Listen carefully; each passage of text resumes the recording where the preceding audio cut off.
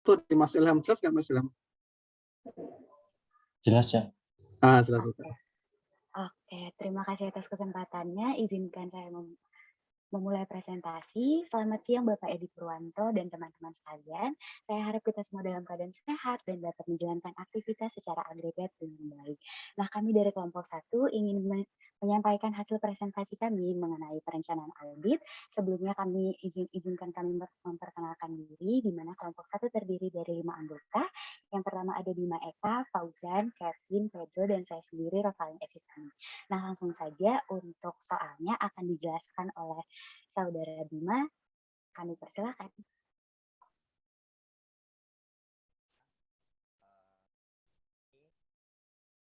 Soalnya adalah menyiapkan kertas kerja neraca A2.1 dan A2.2. Kemudian menyiapkan kertas kerja laba rugi. Belum ada suaranya, atau saya nggak kedengeran? Iya Pak. Di saya kecil juga Pak. Mungkin dari Bima boleh lebih diperjelas, Bim. Tes. Nah, apakah ini sudah baru terdengar? Sudah Mas, tadi belum ngomong memang kan ya kalau nggak salah, belum kedengaran. Tadi udah ngomong Pak, tapi kecil suaranya. Oke Mas, monggo, udah kedengar sekarang. Oh iya.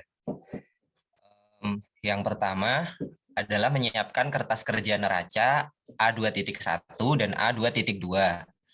Kemudian menyiapkan kertas kerja laba rugi A3.1 dan A3.2, melakukan prosedur analitis tahap perencanaan kertas kerja ARP 1.1 dan ARP 1.2, kemudian menentukan tingkat materialitas, dan yang terakhir adalah menentukan akun yang memiliki risiko salah saji yang signifikan. Nah, untuk referensinya adalah buku Praktikum Audit Sukrisno Agus edisi ke-4, nomor 1B, 2, dan 4. Untuk nomor 1B, kita disuruh untuk mengisi kolom per klien 31 Desember 2018 pada kertas kerja neraca A2.1, A2.2, dan kertas kerja laba rugi A3.1 dan A3.2 berdasarkan data yang diberikan oleh klien dan kertas kerja tahun lalu. Yang nomor 2, referensi kedua adalah prosedur analitisnya. Dewan Standar Audit menyimpulkan bahwa prosedur analitis sangat penting sehingga disyaratkan dalam setiap pemeriksaan. Hal ini dapat dilakukan pada saat awal pemeriksaan dan saat penyelesaian pemeriksaan. Pada awal pemeriksaan, bertujuan untuk membantu auditor menetapkan sifat dan luas pelaksanaan audit. Sedangkan pada saat penyelesaian pemeriksaan, hal ini berguna sebagai penelaahan akhir untuk menemukan salah saji atau masalah keuangan yang material dan membantu auditor dalam mengambil pandangan objektif terakhir atas laporan keuangan yang telah diaudit. Berdasarkan prosedur analitis itu, kita membuat kertas kerja prosedur penelaahan analitis neraca atau laporan posisi keuangan dan laporan laba rugi. Dan nomor 4, rencana pemeriksaan. Buatlah rencana pemeriksaan tahun buku 2018, di mana biaya pemeriksaan adalah sebesar 70 juta, ditambah PPN dan dipotong PPh 23. Waktu yang diperlukan untuk pemeriksaan adalah 13 Desember 2018 sampai 12 Maret 2019. Tim auditor terdiri dari partner Krisanti, manajer Dimjati, supervisor Linda, senior Lita yang digantikan oleh kelompok kami, dan junior adalah Wijaya. Selanjutnya ini adalah informasi neraca laporan keuangan yang belum diaudit. Selanjutnya akan dilanjutkan oleh Ocha. Baik, selanjutnya kita akan mengerjakan soal A, di mana A itu disuruh menjelaskan mengenai ataupun mengisi mengenai kertas kerja neraca A21 dan A22. Nah, untuk kertas kerja A21 dan A22 ini langsung saja kita ambil dari soal atau informasi atau dari buku 2 dari laporan keuangan PT Subus, lalu diisi sesuai dengan per audit dan per kliennya. Untuk aset lancar aset tetap, aset lainnya, dan total asetnya kita lakukan perhitungan footing ataupun pengujian penjumlahan dari atas ke bawah. Untuk kertas kerja yang kedua atau A22, itu sama seperti yang tadi, langsung kita ambil dari laporan keuangan PT Sugus untuk kewajiban dan ekuitasnya, dan untuk totalnya di bawah, itu juga akan dilakukan pengujian secara footing atau dari atas ke bawah dengan total kewajiban dan ekuitas. Untuk per auditnya itu ada 15M 996.559.678, dan per kliennya ada 22M 947.390.994. Nah, untuk poin selanjutnya, poin B akan dijelaskan oleh teman kami, Fauzan. Baik, terima kasih. Untuk selanjutnya menyiapkan kertas kerja laba rugi atau A3.1. Nah, jadi hampir sama kayak yang sebelumnya tadi. Kolomnya ada keterangan PPREP per audit 31 Desember 2017 dan per klien PARE dan per audit 31 Desember 2018. Nah, untuk informasinya sendiri diambil dari laporan laba rugi PT Sugus tahun 2017 dan 2018. Nah, untuk yang per audit sendiri dimasukkan yang tahun 2017 karena kita udah di tahun 2018, jadi otomatis 2017-nya udah teraudit. Jadi ada penjualan neto sebesar 30 miliar dan 42 miliar. Selanjutnya ada beban pokok penjualan sebesar 24 miliar dan 33 miliar. Selanjutnya ada laba rugi, selanjutnya ada beban usaha. Selanjutnya hasilnya dilakukan footing, jadi laba usaha sebesar 3M dan 6M. Selanjutnya ada laba atau rugi aset tetap sebesar negatif 2.500.000 dan laba atau rugi valuta asing 105 dan 120. Pendapatan bunga negatif 8 dan negatif 9 juta, beban bunga 1M dan 2M. Selanjutnya dijumlahkan, hasilnya jadi beban lain-lain neto. Lalu ada laba sebelum pajak dan beban pajak penghasilan dan laba neto. Selanjutnya, pas kerja A.2 diambil dari laporan saldo laba PT Sugus. Dalam keterangannya terdapat saldo awal tahun, saldo tahun berjalan, dan saldo akhir tahun. Untuk selanjutnya akan dijelaskan Kevin.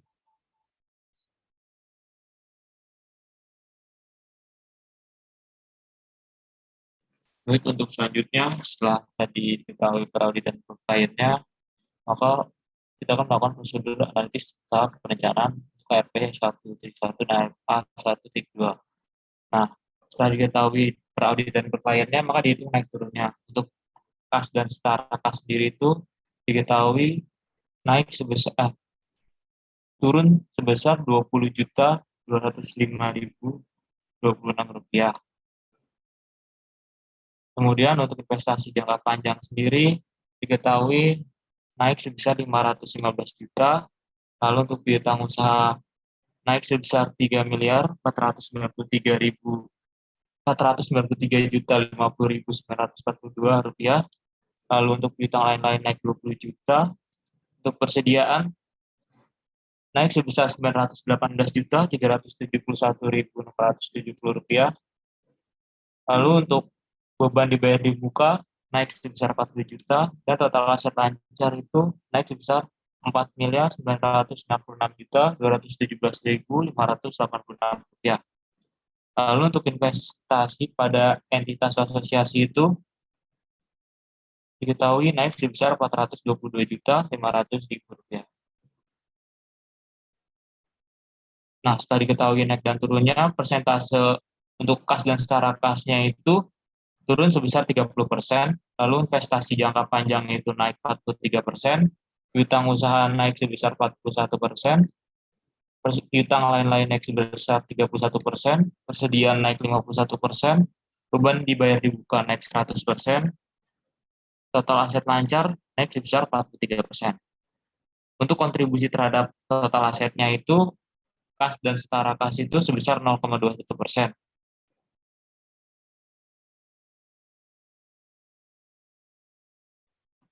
Untuk kontribusi sendiri itu, secara persentasenya itu dilihat dari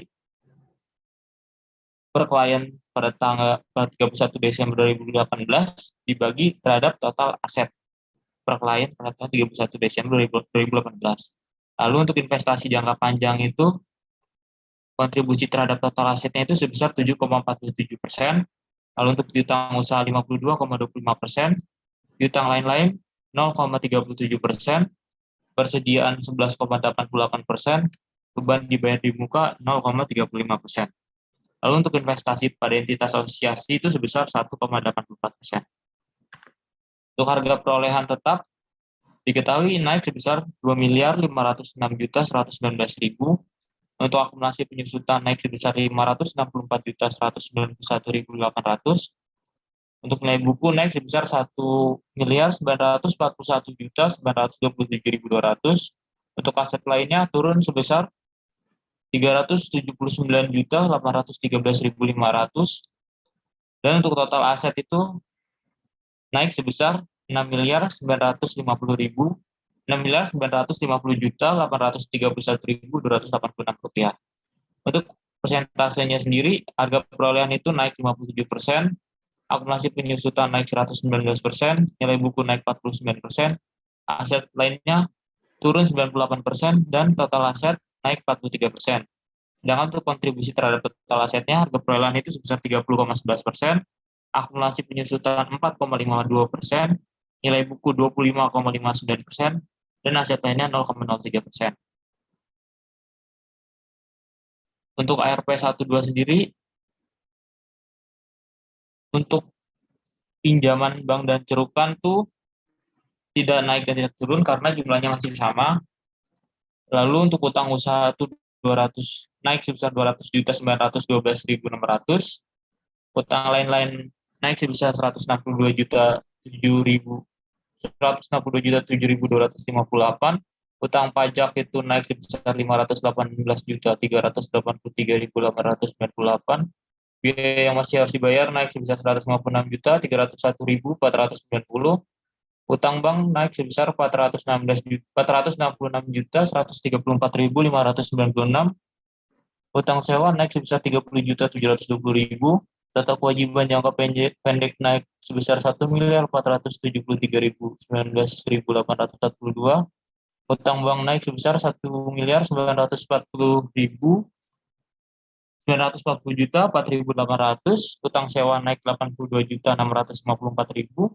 Total kewajiban jangka panjang naik sebesar 2.022.658.800. Untuk modal tetap, lalu untuk saldo laba naik sebesar 455.152.644. Total ekuitas juga sama, naik sebesar 3.455.152.644. Sehingga total kewajiban dan ekuitasnya naik sebesar 6.950.830.286.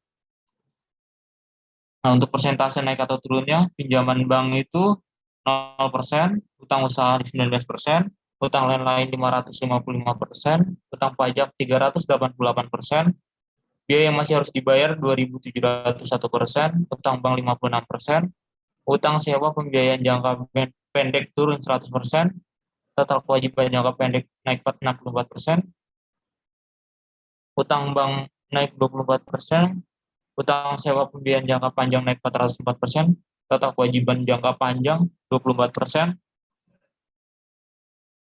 modal saham tetap, saldo laba naik 107%, total ekuitas naik 64%, hingga total kewajiban dan ekuitas naik sebesar 43%. Untuk kontribusi terhadap total kewajiban dan ekuitas, pinjaman bank 0,87%, utang lain-lain 5,53%, utang usaha 5,53%, utang lain-lain 0,83%, utang pajak 2,84%, biaya yang masih harus dibayar 0,71%, utang bank 5,56%, utang sewa pembiayaan jangka pendek 0%, utang bank 44,34%, utang sewa pembiayaan jangka panjang 0,45%, modal saham 9,67%, saldo laba 29,09%.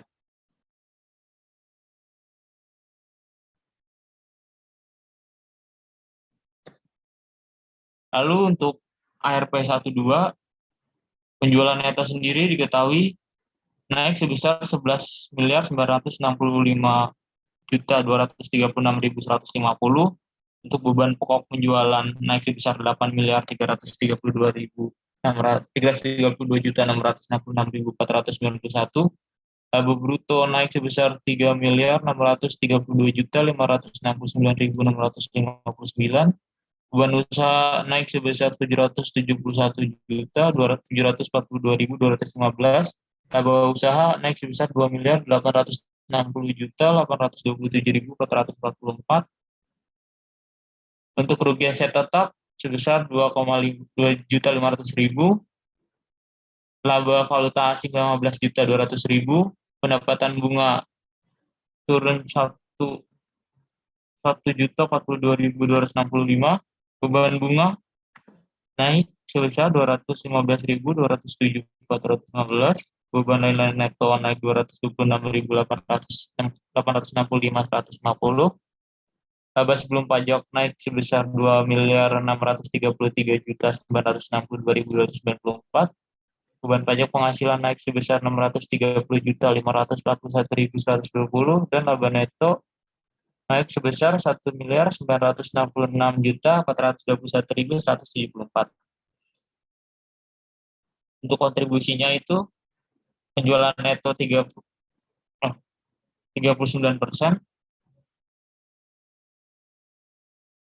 laba brutonya beban pokok penjualannya 33%, laba brutonya 63%, beban usahanya 42%, laba usahanya 74%, beban usahanya 42%, rugi valuta asingnya 14%, pendapatan bunganya 12%, beban bunganya 11%, beban lain-lain netonya 11%, laba sebelum pajaknya 139%, beban pajak penghasilannya 146%, dan laba netonya 137%. Lalu untuk selanjutnya, bagian D akan lanjutkan oleh teman saya. Untuk yang bagian D, menentukan tingkat materialitas. Jadi untuk tujuan perencanaan pemeriksaan, KAP Krisanti dan rekan menggunakan 5% dari laba neto sebelum pajak. Untuk tingkat materialitasnya dalam membuat koreksi. Ibu Diestri bertanya kepada Anda mengenai penemuan pemeriksaan yang dapat mengakibatkan terjadinya koreksi laporan keuangan. Anda menggunakan 5% dari laba neto sebelum pajak sebagai dasar pembuatan koreksi laporan keuangan, yaitu 5% dari 4.530.536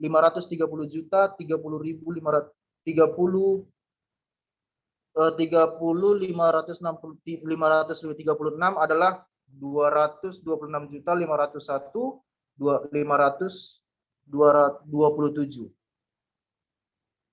Untuk yang huruf E itu akan dilanjutkan oleh teman saya Bima. Oke, selanjutnya di bagian E adalah menentukan akun yang memiliki risiko salah saji yang signifikan. Nah, di sini kami membagi dari dua sudut pandang, dari dua asumsi. Yang pertama adalah yang berdasarkan naik turunnya aset dari tahun lalu atau fluktuasi, dan yang kedua adalah dari kontribusi. Nah, jika berdasarkan fluktuasi yang tinggi, bisa kembali ke sheet C. Nah, itu kan tadi sudah dijelaskan oleh Kevin naik turunnya dari tahun lalu dan kontribusinya. Nah, jika kita hanya melihat dari fluktuasinya yang terlalu tinggi atau yang ekstrim gitu, maka kita akan mendapatkan 2 akun yang fluktuasinya ekstrim dan memiliki kemungkinan risiko salah saji, yaitu adalah yang kami blok merah, yaitu akun akumulasi penyusutan dan akun aset lainnya. Akumulasi penyusutan itu naik lebih dari 100%, di situ 119%, dan aset lainnya turun hampir 100%, 98%. Nah, itu jika dari sudut pandang fluktuasinya. Tapi ketika kami melihat presentase kontribusi aset-aset tersebut terhadap total aset, ternyata 2 akun tersebut, akumulasi penyusutan dan aset lainnya itu kontribusinya sangat kecil. Jadi kalau kita memilih akun tersebut untuk dijadikan sampel atau untuk diperiksa gitu, kok rasanya kurang mewakili gitu. Jadi kayak kurang berpengaruh terhadap total asetnya. Jadi di sudut pandang kedua, di asumsi kedua, kami memilih akun-akun yang memiliki risiko salah saji yang tinggi berdasarkan kontribusi akun tersebut terhadap total aset. Nah, di sini kami beri warna yang oranye. Itu yang pertama adalah piutang usaha yang memiliki kontribusi 52,25% dari total aset. Kemudian ada persediaan 11,88%, dan harga perolehan atau dalam hal ini aset tetapnya, nilai aset tetapnya, nilai awal aset tetapnya itu 30,11%. Nah, kalau kita memilih ke atas lagi, Kevin. Nah, kalau kita memilih 3 akun yang berdasarkan kontribusinya itu, ternyata presentasenya sudah, walaupun hanya dari 3 akun, itu dari 3 akun tersebut sudah hampir lebih dari 90% dari total aset. Jadi menurut kelompok kami lebih worth it untuk dijadikan akun yang memiliki risiko salah saji yang signifikan. Nah, itu kemudian kembali ke sheet E. Nah, itu yang berdasarkan fluktuasi yang tinggi adalah akumulasi penyusutan, aset lainnya, akumulasi penyusutan dan aset lainnya di bagian aset. Kemudian di bagian kewajiban dan ekuitas ada utang lain-lain, utang pajak, biaya yang masih harus dibayar, utang sewa pembiayaan jangka panjang, dan saldo laba yang memiliki fluktuasi yang ekstrim. Nah, untuk akun-akun yang memiliki kontribusi yang besar itu di sisi aset ada piutang usaha, persediaan, dan aset tetap. Untuk di sisi kewajiban dan ekuitas ada utang bank, modal saham, dan saldo laba. Nah, selanjutnya adalah rencana pemeriksaan dari audit, rencana pemeriksaan dari KAP kita. Itu yang pertama adalah umum itu menjelaskan gambaran umum perusahaan, ada kapan didirikan, di mana, maksud dan tujuan perusahaan, alamat perusahaan. Kemudian nomor 2 adalah susunan pengurus.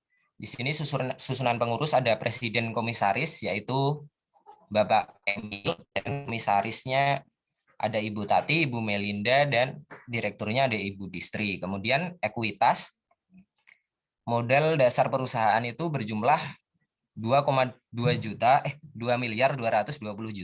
yang terbagi atas 1.000 lembar saham biasa dengan nilai nominal sebesar 2.200.000 per saham. Dari jumlah tersebut telah ditempatkan dan disetor penuh sejumlah 1.000 lembar saham dengan harga 2.200.000 per lembar, dengan komposisi PT SWAT 500 lembar, PT TAPE 450 lembar saham, dan Ibu Melinda. Kemudian kebijakan akuntansinya, yang pertama penyajian laporan keuangan. Laporan keuangannya disusun Berdasarkan konsep harga perolehan, laporan arus kas disusun berdasarkan metode langsung. Piutang usaha, perusahaan tidak membuat penyisian piutang tak tertagih, tetapi langsung membebankan ke akun laba rugi piutang yang benar-benar tak tertagih. Kemudian persediaan dibukukan berdasarkan harga perolehannya. Kemudian penilaian persediaan berdasarkan FIFO dan dicatat dengan sistem perpetual. Kemudian penyertaan dalam bentuk saham yang mencapai kurang dari 20% dibukukan berdasarkan metode biaya. Sedangkan pernyataan dalam bentuk saham yang mencapai 20% atau lebih dibukukan berdasarkan metode ekuitas. Kemudian aset tetap dinilai berdasarkan harga perolehan dan penyusutannya, dihitung dengan menggunakan metode garis lurus berdasarkan taksiran masa manfaat ekonomis aset tetap. Taksiran umum ekonomis aset tetap adalah sebagai berikut. Bangunan 20 tahun, mesin dan peralatan 10 tahun, kendaraan bermotor 5 tahun, peralatan kantor 5 tahun. Pengakuan pendapatan dari penjualan diakui pada saat dilakukan penyerahan barang pada pembeli. Kemudian transaksi dan penjabaran mata uang asing. Pembukuan perusahaan diselenggarakan dalam mata uang rupiah. Transaksi dalam mata uang asing dibukukan dengan kurs yang berlaku pada saat terjadinya transaksi. Saldo aset dan kewajiban moneter dalam mata uang asing per tanggal neraca dijabarkan dengan kurs tengah Bank Indonesia pada tanggal neraca. Selisih kurs yang terjadi dikreditkan atau dibebankan pada perhitungan laba rugi tahun berjalan. Kemudian taksiran pajak penghasilan.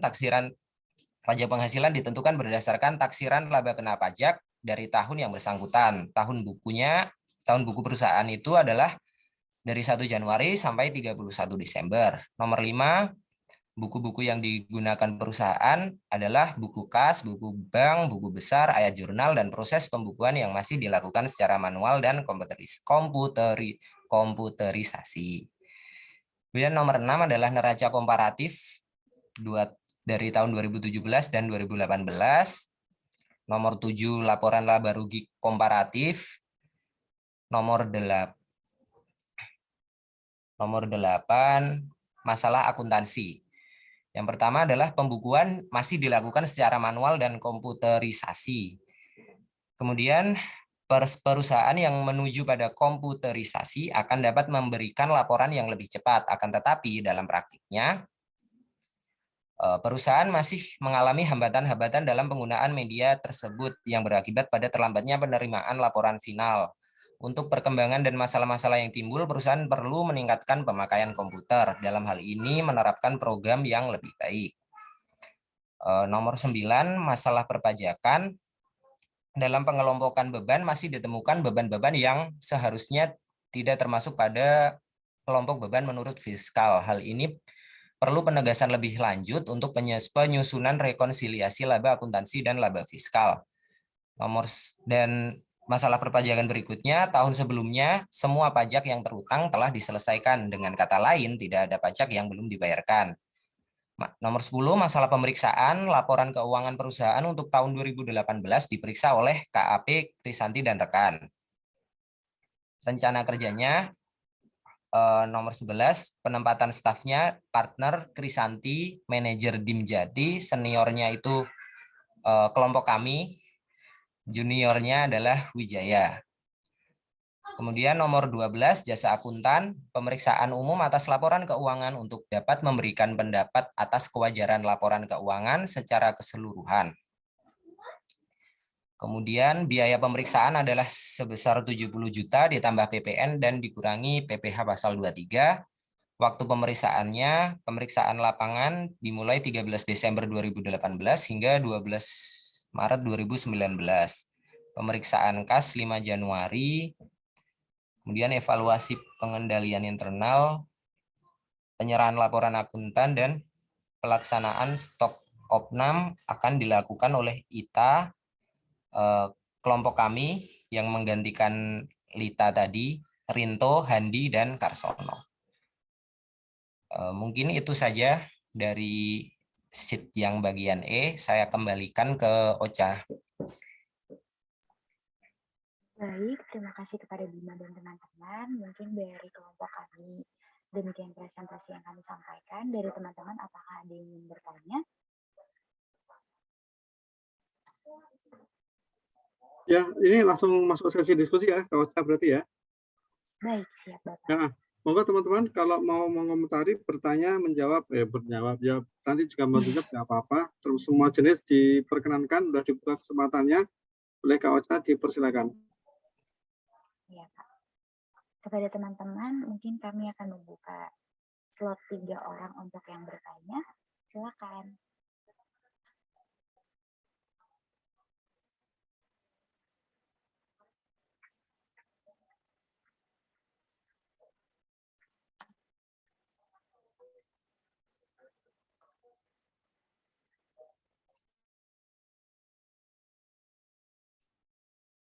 Belum ada ya?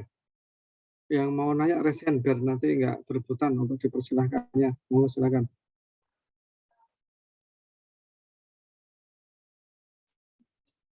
Wah, ini sepertinya Sepertinya memang. belum ada, Pak. Iya. Oke, sambil menunggu teman-teman untuk resen nanti bertanya atau berkomentar atau menanggapi, bebas.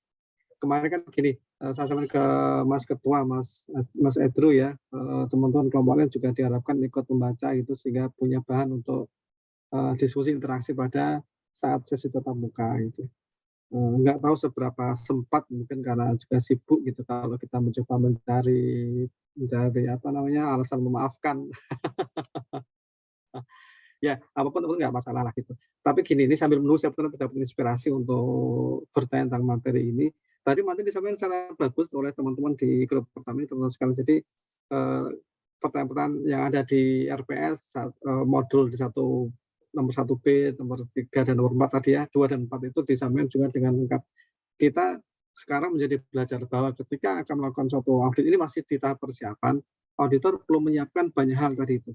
Mengenali apa namanya, tadi membuat analisis di A21, ARP juga tadi semua disajikan seperti itu, sehingga punya data awal dari analisis, oh ya ada kenaikan, ada penurunan, macam-macam, tahu di situ. Jadi auditor masuk udah punya angka-angka yang akan menjadi fokus analisisnya, kira-kira itu. Dan bukti-bukti yang akan didalami ada di mana, itu udah punya tuh di situ kira-kira. Punya gambaran awal, kemudian belum gambaran yang belum pasti akan didalami, tapi indikator awal sudah ditangkap, sudah dapat nih gitu, indikator awal di sini. Terus yang kedua, tadi juga mengenali apa namanya, kebijakan akuntansi dan seterusnya tadi itu yang di perencanaan audit tadi ya, di dokumen apa tadi namanya, rencana pemeriksaan dari surat pengurusnya siapa saja, kemudian ekuitas seperti apa, kebijakan akuntansi tadi disebutkan bagaimana laporan keuangan, piutang, persediaan, kemudian tadi kebijakan umur ekonomis ya, atau terkait aktiva tetap, dan seterusnya itu semua harus dipahami karena itu nanti bisa jadi antara perusahaan satu perusahaan berikutnya itu akan beda-beda.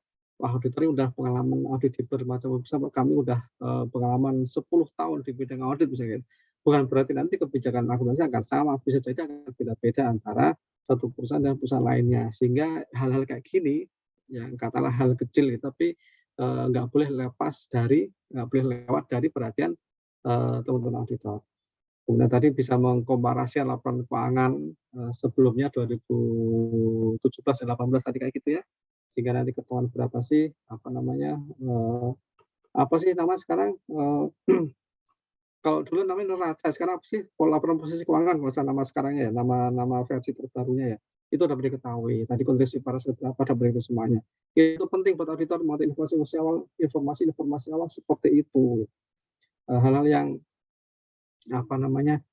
menjadi guidance perusahaan, menjadi jati diri perusahaan, kliennya itu dapat dipahami secara baik oleh auditornya dengan cukup datanya cukup. Tadi juga ada masalah akuntansi seperti apa. Oh ternyata pembukanya belum komputerisasi, ini masih manual. Oh campuran, gitu ya. Nanti akan dikompensasikan semacam itu. Apa tadi misalnya ya, laporan sebelumnya diperkirakan akuntan yang berbeda atau sama nih, bisa kayak gitu. Kalau sama gimana, kalau beda gimana, gimana etika jika beda kantor akuntannya. Terus waktu auditnya tadi tanggal berapa nih, nanti gimana dengan laporan keuangannya. pekerjaannya seperti apa, apakah simultan atau nanti menunggu semua selesai atau bagaimana, itu direncanakan dengan baik oleh pihak auditor. Termasuk tadi fee yang 70 juta tadi kalau nggak salah ya, itu kan gimana ngitungnya, nggak sekedar ngitung, pasti ada proses menghitung, butuh sekian waktu, sekian hari, butuh sekian orang, sehingga ketahuan hari kerja, hari, jam orang, OH nanti, orang hari, dihitung berapa OH, orang hari, jadi berapa orang berapa hari gitu. Itu nanti jadi ketemu rate-nya berapa, harganya berapa, satu orang per harinya Bapak A ini rate-nya misalnya satu hari 500.000, Bapak B satu hari 100 juta misalnya gitu. Nanti jika butuh berapa hari Bapak A, berapa hari Bapak B, Bapak C, Bapak D dan semacam itu, nanti akan ketemu fee-nya berapa itu. Nah, jadi ini hal-hal awal yang diambil auditor untuk melaksanakan audit pada tahap-tahap berikutnya. Tadi teman-teman juga sambil ini saya refresh kembali, ingat di A21 tadi teman-teman membandingkan antara tahun lalu dan tahun sekarang, audited dengan yang per klien tahun ini gitu, yang belum diisi parenya gitu. Untuk di akun-akun neraca tadi namanya, laporan posisi keuangan. Kemudian yang di termasuk di laba rugi juga disiapkan A31, A32 dan sebagainya tadi itu. Kemudian juga tadi kenaikan penurunan tadi ya, semua di kertas-kertasnya sudah disiapkan secara lengkap, sehingga tadi gambaran terhadap perusahaan ini sudah ada di pihak auditor. Nah, itu sementara sedikit review dari saya, mengingatkan kembali jika tadi ada yang kurang disimak dengan baik oleh teman-teman. Monggo jika sudah ada yang punya ide untuk resen, ide untuk bertanya atau mengomentari, dipersilakan. Tidak harus terkait, aduh angka ini dari mana, nggak harus kayak gitu kan, angka itu sudah dibagi di buku ya, di buku modul ini gitu. Teman-teman yang belum ada modulnya, dimohon segera untuk mengadakan itu, pinjam atau gimana saya kurang tahu. Tapi kalau angkatan tahun lalu kayaknya pakai edisi 3, belum edisi 4, sehingga mungkin agak berbeda nanti nama-nama apanya gitu. Tapi secara umum nggak akan jauh banget berbeda sih. Monggo dipersilakan.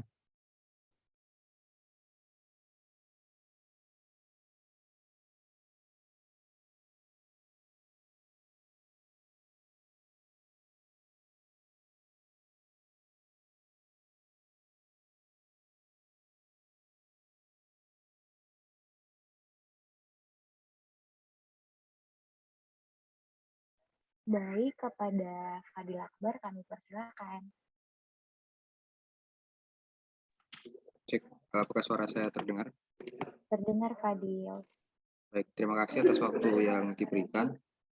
Saya ingin bertanya tentang sheet C, di mana mengenai prosedur analitis, itu kan untuk neraca itu ada kontribusi, ada kolom yang berwarna kuning tentang kontribusi terhadap total aset kan ya. Kemudian juga tadi teman-teman kelompok 1 tandai dengan warna oranye dan merah. Yang ingin saya tanyakan, untuk yang prosedur analitis yang laba rugi, itu kenapa tidak ada pertimbangan tentang kontribusi terhadap total? Misalnya kalau di laba rugi mungkin bisa pakai total pendapatan atau total apa gitulah ya. Mungkin saya ingin bertanya tentang alasannya kenapa tidak ada pertimbangan tentang kontribusinya gitu. Mungkin itu saja mau saya tanyakan. Terima kasih. Baik, terima kasih Fadil Akbar. Mungkin untuk pertanyaannya kami keep dulu. Kepada teman-teman yang lain, apakah ada lagi yang ingin bertanya?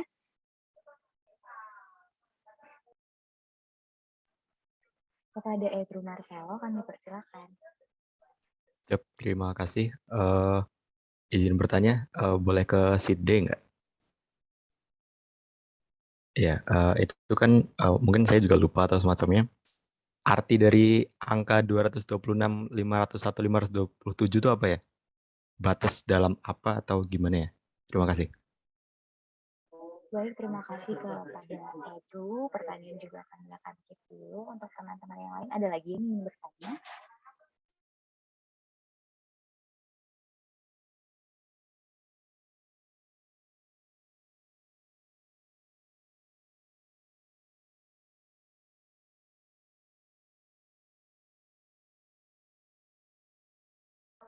Oke, kepada Ilham Naufal kami persilakan. Baik, terima kasih Ocha atas kesempatannya. Tadi kan di sheet C itu kelompok kalian, makasih Vin. Kelompok kalian itu menjelaskan ke puncak Vin, sorry maaf. Nah, kan ada kontribusi terhadap total aset dan total ekuitas kewajiban. Di situ kan kalian menyebutkannya membandingkannya dengan per klien 2018 saja. Nah kalau kenapa kalian nggak ngebandingin juga dengan per periode audit tahun 2017 gitu. Jadi biar sekalian dibandingin juga bagaimana kontribusi terhadap asetnya, apakah lebih baik atau lebih rendah. Seperti itu. Terima kasih. Baik, terima kasih atas pertanyaannya Ilham Naufal. Berhubung udah 3 orang yang bertanya, kami mohon berikan kami kesempatan untuk berdiskusi sebelumnya.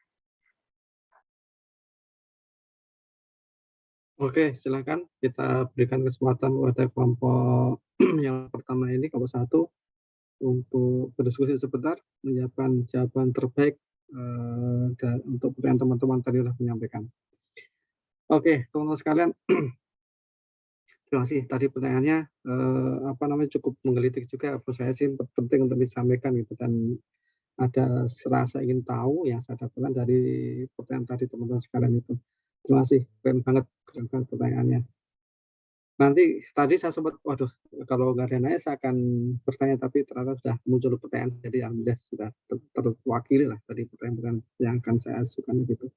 Nah, gini teman-teman sekalian, ini laporan keuangan periode waktu itu gitu ya. Ini kalau kita lihat bahwa auditnya dilaksanakan dari Desember sampai dengan tadi bulan Maret masalah gitu ya. Jadi bukan sepanjang tahun, sejak awal tahun 2018 sampai akhir tahun 2012 gitu. Tapi di akhir sampai tadi bulan Maret 2019 berarti ya kan, auditnya 2015 sudah selesai sih.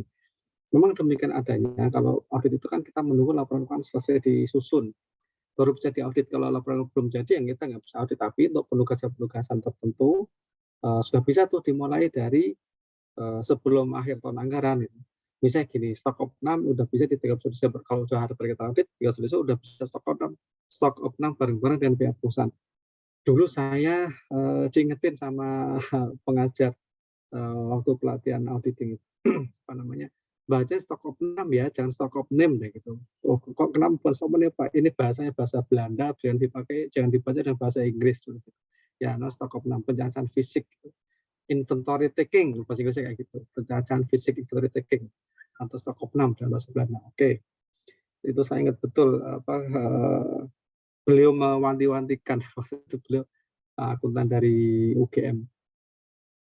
Nah, inventory taking stok opnam ini bisa dilaksanakan bareng-bareng dengan pihak perusahaan pada akhir tahun anggaran, misalnya tanggal 31 Desember nih. Karena tadi udah ada surat penugasannya di akhir tahun, ya boleh nih bersama-sama di situ. Atau nanti misalnya gini teman-teman, misalnya dalam bentuk lain adalah perikatan itu ada, saya pernah mendapat seperti itu, dilaksanakan untuk sekian tahun sekaligus. Jadi dapat penugasan dari pihak auditi, dari kliennya itu untuk 3 tahun berturut-turut di kotak hari ini. Maka pada tahun depannya dia sudah melakukan stok opnam secara rutin bareng-bareng pihak perusahaan, sehingga pada akhir periode itu dia punya data yang sudah cukup matang, tidak dari awal lagi gitu.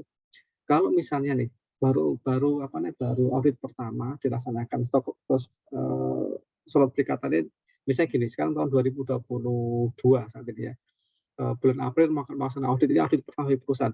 Dia mengaudit tahun buku 2021, maka ketika dia akan melakukan stok opnam pun di bulan April. Padahal dia perlu tahu data di per bulan Desember 31 kan gitu, 2021. Maka dia akan tarik mundur data itu, mutasi dari akhir tahun sampai dengan tanggal stok opnam itu untuk mendapatkan data fisik per tanggal 31 Desember. Jadi nariknya banyak banget. Bayangkan ini akan berbeda jika tahun 2021 dia udah kontrak perikatan audit sejak sebelum akhir tahun, sehingga pada tanggal 31 Desember 2021 itu dia bisa bareng-bareng di akhirnya malah stok opnam. Lebih efisien mana misalnya kayak gitu. Jadi versinya teman-teman sekalian bisa jadi tadi versi setelah selesai baru ada kontrak baru biasanya kayak gitu, atau kontrak yang simultan untuk beberapa tahun. Ini ada juga model kayak gitu. Jadi saya pernah berarti suatu KAP asing itu, kontraktor asing itu dapat kontrak untuk 3 tahun, sehingga dalam tahun berjalan dia sudah mendampingi pihak perusahaan melakukan tadi ketika melakukan sudah bersama-sama lah ya, bukan mendampingi, bersama-sama melakukan audit. Yang satu melakukan penyusunan laporan, yang satu melakukan audit, tapi satu momen yang sama yaitu melakukan misalnya stok opnam bersama-sama. Misalkan jadi kayak gitu. Jadi ini yang pernah saya temui di lapangan seperti itu. Sudah siap Kak Ocha untuk jawaban dari teman-teman? Baik Bapak, mungkin kami akan menjawab terlebih dahulu untuk pertanyaan Akbar Oke. tadi. Akan dijawab oleh teman kami Bima Eka kepada Bima, kami persilakan.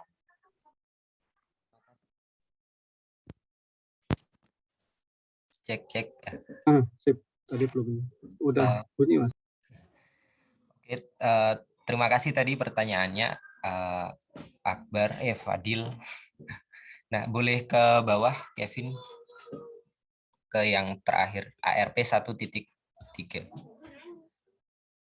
Nah, tadi sebenarnya ini tuh mau dibuat kontribusinya juga, tapi kelewat. Sebenarnya udah ada kolomnya juga, tapi kelewat. Nah, sebenarnya bisa dibuat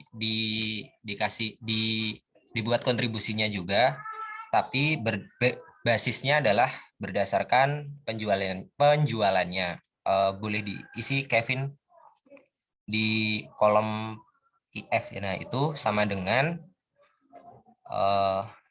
yang per klien penjualan yang per klien dibagi dengan penjualannya. Nah, itu dibagi itu di 68 lagi. Nah, di 68. Nah, itu terus ditarik ke bawah. Di kunci dulu, Vin. Di 68 yang pembaginya. Oke.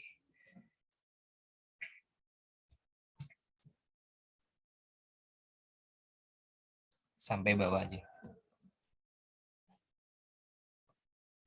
Oke. Nah, itu sebenarnya kemarin udah ada diskusi juga berdasarkan basis penjualan, tapi lupa ketulis. Jadi sebenarnya bisa juga melakukan prosedur analitis berdasarkan kontribusi di laporan laba rugi ini juga. Mungkin itu Akbar, Fadil. Jadi cuma kelewat aja. Emang belum ditulis, Ting.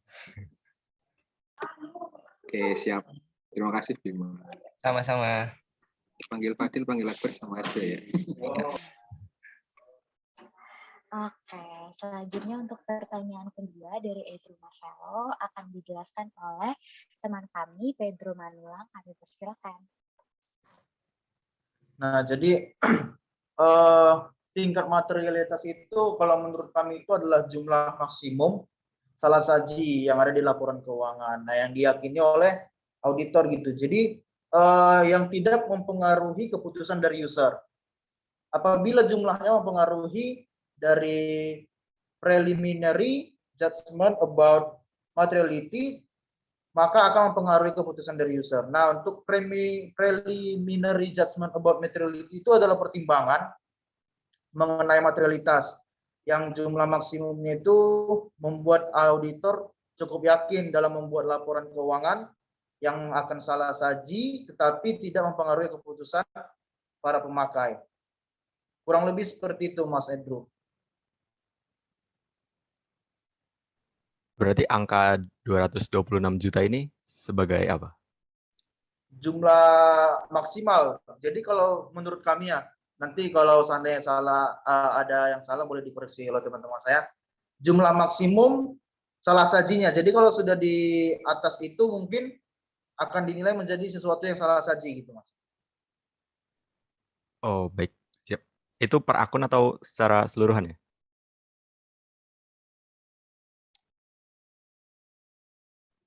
Secara keseluruhan mungkin, Mas.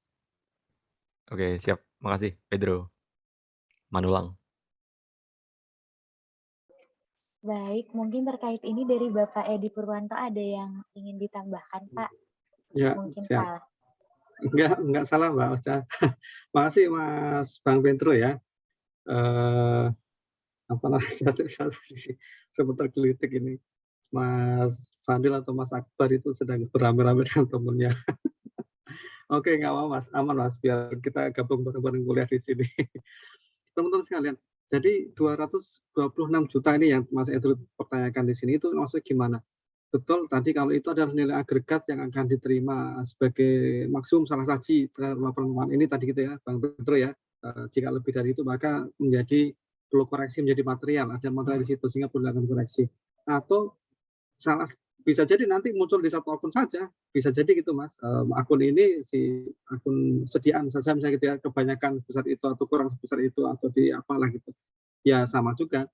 Karena ini kebijakan dari pihak KAP Krisanti untuk maksimal 5% dari itu. Jadi itu nanti bisa disebar apa didistribusikan ke sekian segmen atau sekian akun, monggo saja dengan kebijakannya atau nanti jadi agregat juga. Misalnya gini juga, dibagi Pak ke sekian akun kecil bisa kayak gitu ya. Jadi totalnya lebih. Mana yang akan dilakukan adjustment kalau gitu? Ini kan tadi tidak membuat salah keputusan bagi usernya. Kecil-kecil nggak akan membuat salah keputusan nih kalau seperti itu. Ya itu kan kebijakan dari atau hitung-hitungan dari atau professional judgment dari pihak auditor, bukan dari user kan gitu. User kan nggak punya angka 225 ini, 226 juta ini. User hanya tahunya adalah laporan keuangan udah audited gitu. Nanti opini adalah WTP kah atau yang lain kan gitu. Nah di situ bagi pihak auditor dia harus mempertanggungjawabkan angka 226 ini seperti apa. Maka tadi satu dia akan bagi ke segmen mungkin kayak gitu atau dia akan jadikan satu akun sekitar. Tapi ini saya kira kalau yang 226 ini adalah overall total untuk setiap kesalahan yang akan diterima oleh pihak auditor. Nah, jika ada kesalahan yang nilainya material gitu melampaui ini, maka harus dilakukan adjustment, nggak boleh tidak. Atau totalnya lebih dari itu ya adjustment aja semuanya gitu.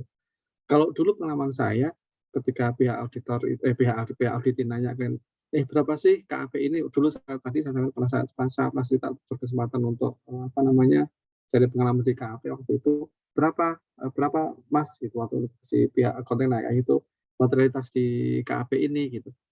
Saya waktu itu nggak nyangka kandidat seperti itu dan waktu itu masa belum dapat briefing dari supervisor tentang materialitasnya berapa itu. Ada deh, saya bilang gitu, saya coba untuk ngeles, ada deh gitu kan. Berapanya nggak diomongin ya deh, enggak lah, oke nggak apa-apa deh. Dan waktu saya temukan kesalahan, saya berapapun saya buatkan adjustment-nya gitu kan, saya laporan di kertas kerja saya buatin adjustment-nya gitu. Nanti setelah selesai saya serahkan ke supervisor. Ini daftar adjustment yang saya usulkan gitu. Jadi yang ini di drop, ini terlalu kecil. Waktu itu saya nggak pernah dijelasin berapa nilai materialitasnya dan memang tidak mungkin waktu itu sih tidak secara tegas berapa persen atau berapa angkanya gitu. Nah saat ke pihak perusahaan semua yang sudah disetujui oleh supervisor saya tadi itu ya semua dibakar rapat untuk membahas usulan adjustment dari auditor. Nah di situ nanti kalau audit yang menerima berarti laporan keuangan akan di-adjust, auditednya adalah sesuai hasil auditnya auditor.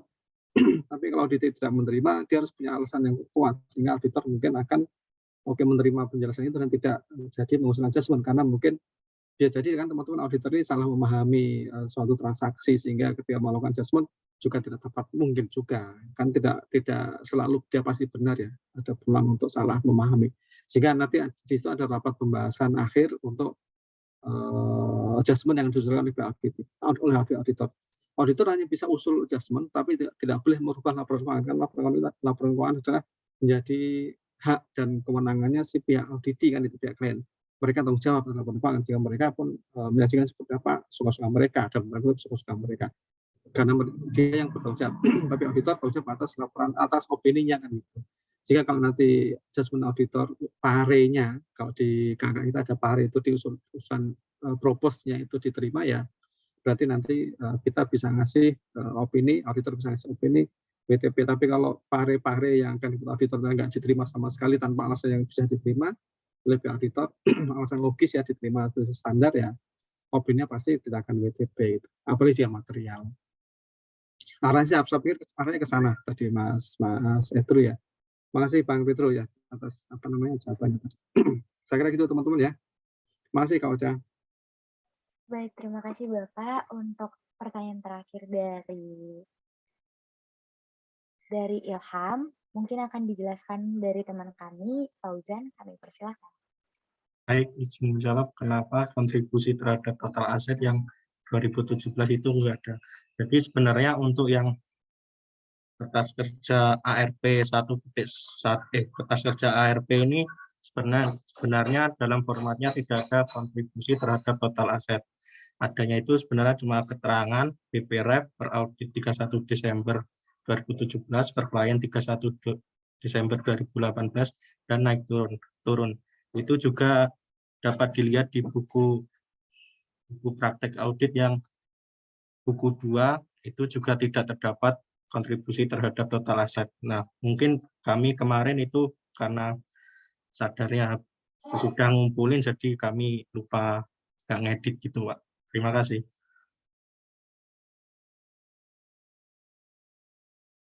Baik, kepada Saudara Ilham, apakah bisa dimengerti? Berarti itu kontribusi terhadap total aset dari inisiatif dari kelompok kalian sendiri ya, dimunculin. Ya, Ham. Oke, siap. Makasih Jan, makasih Ocha, makasih kelompok 1. Makasih Pak. Baik, mungkin untuk sesi pertanyaan masih mau ditambahin lagi apa gimana Pak?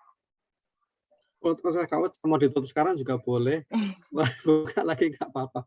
Ini kan udah serahkan ke kelompok 1 nih untuk jalannya diskusi. Oke, berhubung udah ada 3 pertanyaan dari teman-teman dan kita sudah melakukan diskusi terkait presentasi dari kelompok 1, mungkin kami cukupkan sampai di sini. Izinkan saya menutup dengan pantun. Aura kasih masuk ke semak. Terima kasih sudah menyimak. Terima kasih teman-teman. Mohon maaf apabila ada yang salah kata. Semoga semua yang kami sampaikan bisa bermanfaat. Terima kasih. Oke, terima kasih. Plus teman-teman untuk kelompok 1 bisa pantun segala tadi itu loh. Belajar pantun di mana Kak Ocha? Dapat pantun dari Subdit BG2 Pak. Direktorat Jenderal Pajak. Belajar yang banyak pantunnya cuma 1 baris gitu, 1 baris 2 dong biar lebih pajak. Nanti Bapak. Ya, terima kasih kelompok 1 atas presentasinya yang luar biasa teman-teman sekalian.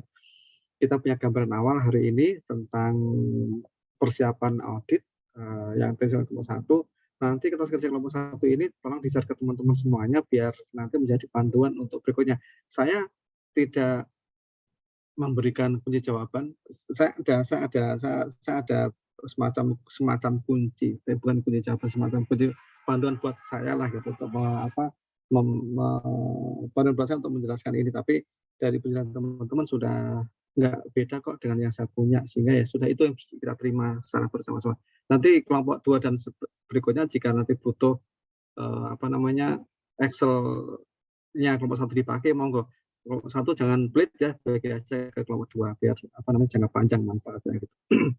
Kemudian untuk sesi kita diskusinya sudah 60 menit, saya pikir sudah cukup sih. Memang prestasi diskusi 60 menit dan kewajiban kita tetap muka ya 60 menit itu gitu. Lebih dari itu boleh break, boleh belajar mandiri, istilahnya belajar mandiri. Teman-teman melanjutkan aktivitas untuk belajar, nggak harus di depan layar seperti ini bersama-sama.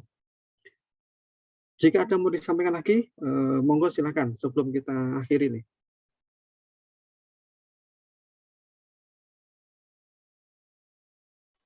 Bapak izin bertanya. Oh, ini malah mau bertanya ke Pak Presenter. Yang jawab siapa kalau gitu nanti? Silakan Kak Ocha. Enggak, saya masih ini kepikiran aja mengenai TM Pak, tolerable misstatement. Nah, itu kan mungkin aja terjadi misalnya nilainya itu lebih besar dari TM tapi hanya pada satu akun. Nah, kalau seperti itu opini dari auditor itu gimana ya Pak? Apakah berpengaruh signifikan atau gimana Pak? Oke, baik, terima kasih Kak Ocha. Ya, sebenarnya tadi itu saya sampaikan tadi ya, bahwa itu bisa didistribusikan ke beberapa segmen, ke beberapa akun, atau hanya agregat total, atau satu saja terjadi seperti itu. Nah, kalau menurut saya terkait dengan ada salah saji yang kalau masih dalam batas toleransi, saya pikir nggak masalah nih, nggak usah di-adjust karena auditor misalnya nanti auditor mengusulkan itu diusulkan terus auditing nggak terima pun nggak apa-apa, nggak akan berubah opini dari WTP ya. Tapi kalau memang apa namanya lebih atau melampaui dari materialitas tadi itu, misstatement yang didapat toleransi tadi itu sebaiknya sih opini yang diberikan selain WTP gitu. Nah, yang lebih menarik sebenarnya dari sini Kak Ocha, kenapa sih 5% gitu? Kenapa si KAP ini mengatakan 5% bukan 4, bukan 3, bukan 6% gitu. Nah, ini juga adjustment dari mereka. Kembali ke tadi yang disampaikan oleh Kakak Pedro tadi, Bang Pedro tadi itu, ya ini kebijakan dari pihak perusahaan seperti itu. Kemudian jika memang apa namanya ada statement, ada pernyataan penyajian yang tidak tepat, ya akan dilakukan adjustment. Saran saya sih kalau nanti menjadi auditor, berapapun statement yang ditemukan itu dicatat semuanya dulu, kemudian disampaikan kepada supervisor atau kepala timnya, sehingga nanti kebijakan itu pas apa tidak untuk mengajukan ke pihak auditi untuk dilakukan usul adjustment atau tidak, ya biar mereka akan menyampaikan.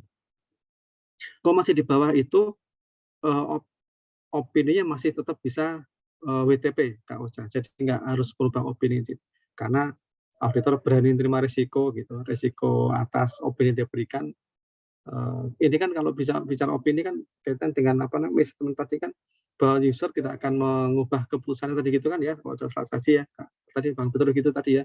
Dengan sanksi 250 juta tadi user nggak akan berubah keputusan kok mau investasi kah, mau tarik investasinya atau gimana tetap sama aja itu. Karena angka itu buat sekian miliar nggak signifikan.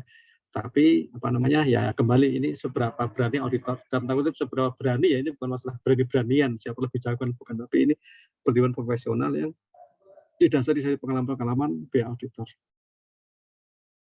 Gitu sih Kak Ocha menurut saya. Semoga cukup menjawab ya. Siap, terima kasih Bapak. Oke, sama-sama. Oke, teman-teman sekalian. Satu terakhir jika ada. Kalau nggak ada, kita tutup.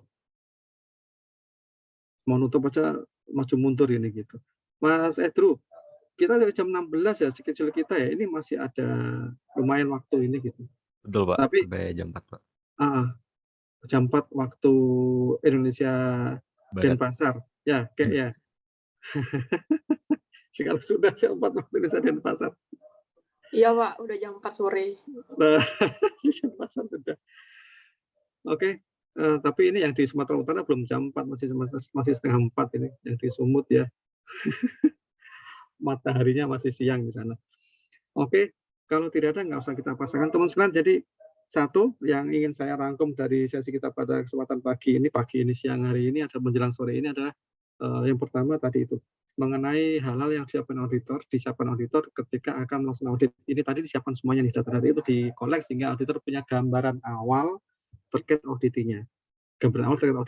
Maka tadi ditanyakan kenapa sih kenaikan penurunan itu perlu dimunculkan. Terus tadi ada yang nanya kok nggak cuma dimunculkan, seberapa penting dimunculkan itu.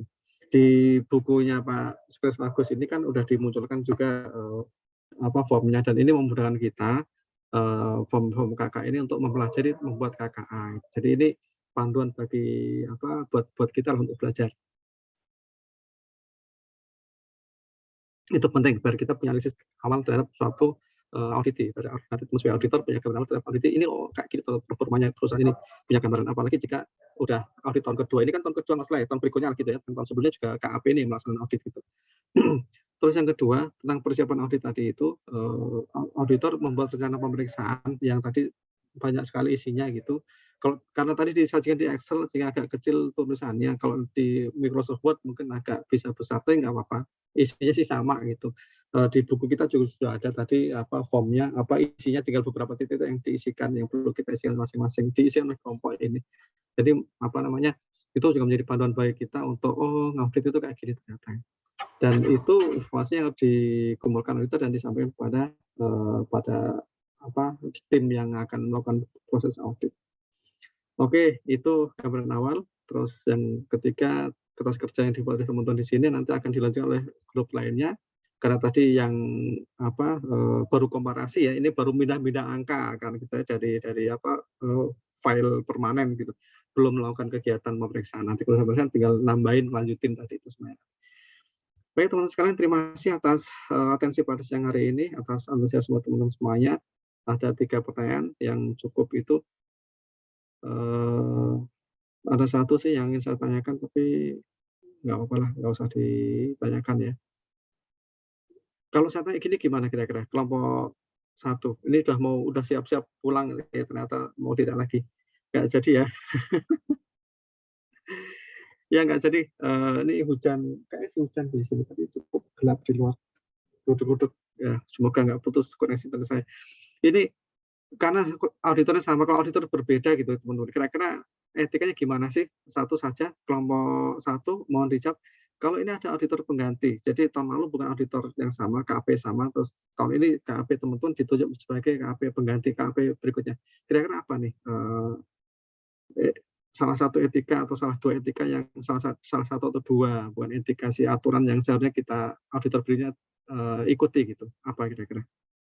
Ada yang masih lupa atau ada yang belum ingat, sama aja dong ya. Ada yang masih ingat? Monggo.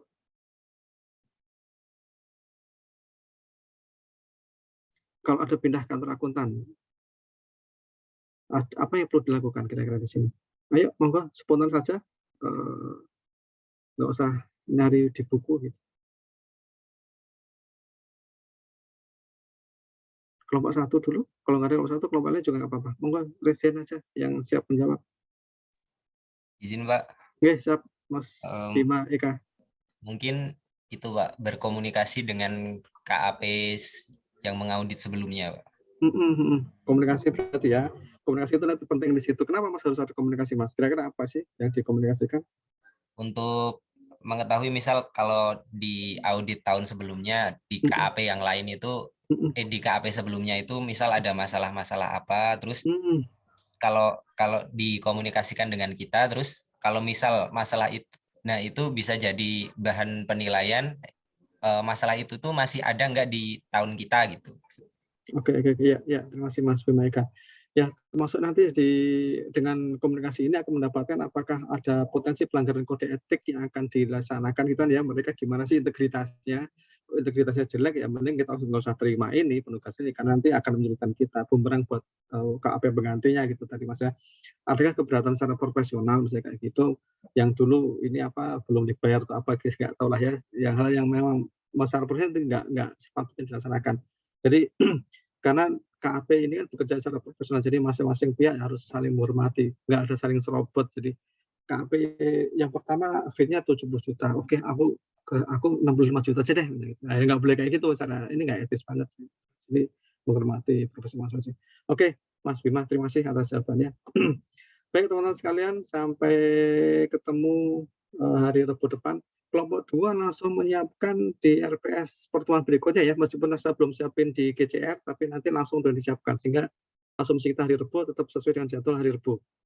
Selamat istirahat, masuk aktivitas masing-masing, menjelang puasa, selamat menjalankan ibadah puasa bagi yang akan berpuasa nanti, mohon maaf lahir batin, semoga sehat semuanya, tak kurang apapun juga, sukses di PKL teman-teman sekalian, sukses di KTTA semuanya, sampai nanti sukses lulus dengan hasil yang menggembirakan, memuaskan. Oke, kita akhiri. Boleh Mas Edru, diakhiri Mas Edru? Boleh Pak. Nah, kalau beliau sudah membolehkan, kita akhiri. Kalau nggak boleh, nah kita harus cari alasan lain untuk berbicara lagi. Karena udah boleh, kita segera akhiri. Baik, saya akhiri sesi kita pada hari ini, Terima kasih sekali lagi, mohon maaf kurang lebihnya. Selamat siang dan Assalamualaikum warahmatullahi wabarakatuh. Waalaikumsalam warahmatullahi wabarakatuh. Terima kasih banyak Terima kasih, Pak. Bapak. Terima kasih, Pak.